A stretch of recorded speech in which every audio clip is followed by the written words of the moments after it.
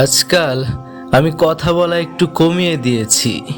সত্যি বলতে আমি নীরবতার মধ্যেই শান্তি খুঁজে পেয়েছি।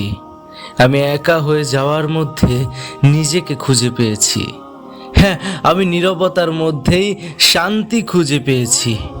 অযথা অপ্রয়োজনীয় তর্ক করা ছেড়ে দিয়েছি। যাকে যেটা বোঝাতে চেয়েছি সে যখন তা বুঝেনি, তারা যখন আমাকে বুঝতে পারেনি, তখন আমি তা বলাও ছেড়ে দিয়েছি। সেদিন থেকে এটা বুঝে গিয়েছি যে চিৎকার করে কখনো নিজেকে নির্দোষ প্রমাণ করা যায় না। আমি চুপ হয়ে গিয়েছি। হ্যাঁ, আমি নীরব হয়ে গিয়েছি। আসলে তর্ক কেমন হওয়া উচিত এটা সবাই বোঝে না। আর আমি দেখেছি প্রয়োজনের থেকে অতিরিক্ত কথা বললে মানুষ কথার কদর কম করে।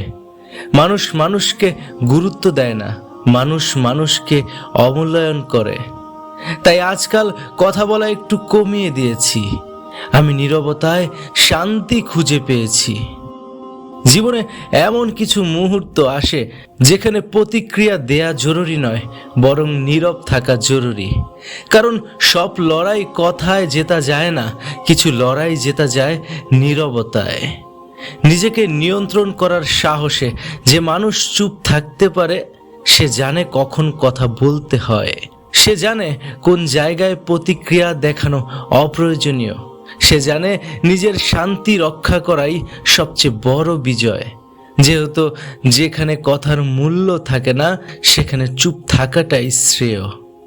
জীবনের শোরগোলের মধ্যেও একটা জিনিস কখনো ভুলবে না, নীরবতা তোমাকে দুর্বল করে না, নীরবতা তোমাকে প্রস্তুত করে।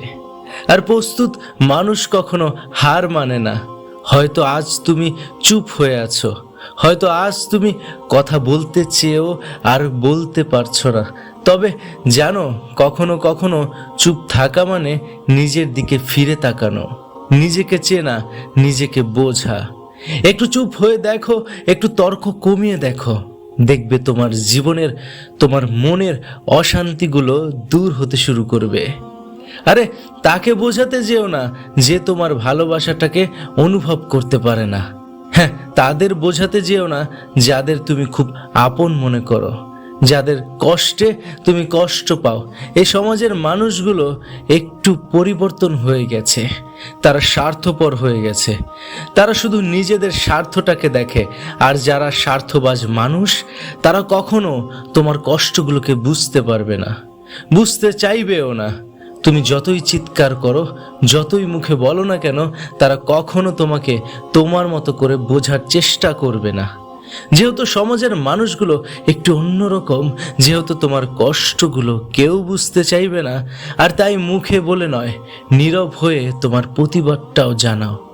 সব সময় মনে রেখো, নীরবতা কোনো দুর্বলতা নয়, নীরবতা একটা যোগ্যতা।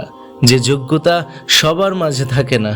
মানুষ ভাবে চুপ থাকা মানেই ভেঙে পড়া, কিন্তু সত্যি হলো যে মানুষ চুপ থাকতে পারে, সে মানুষ ভিতরে ভিতরে আরো শক্তিশালী হয়ে ওঠে।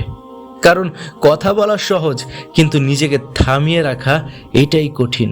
মনে রাখবে, তুমি যখন কথা বলা বন্ধ করে দিবে, তখন তোমার ভিতরে শক্তি কথা বলতে শুরু করবে।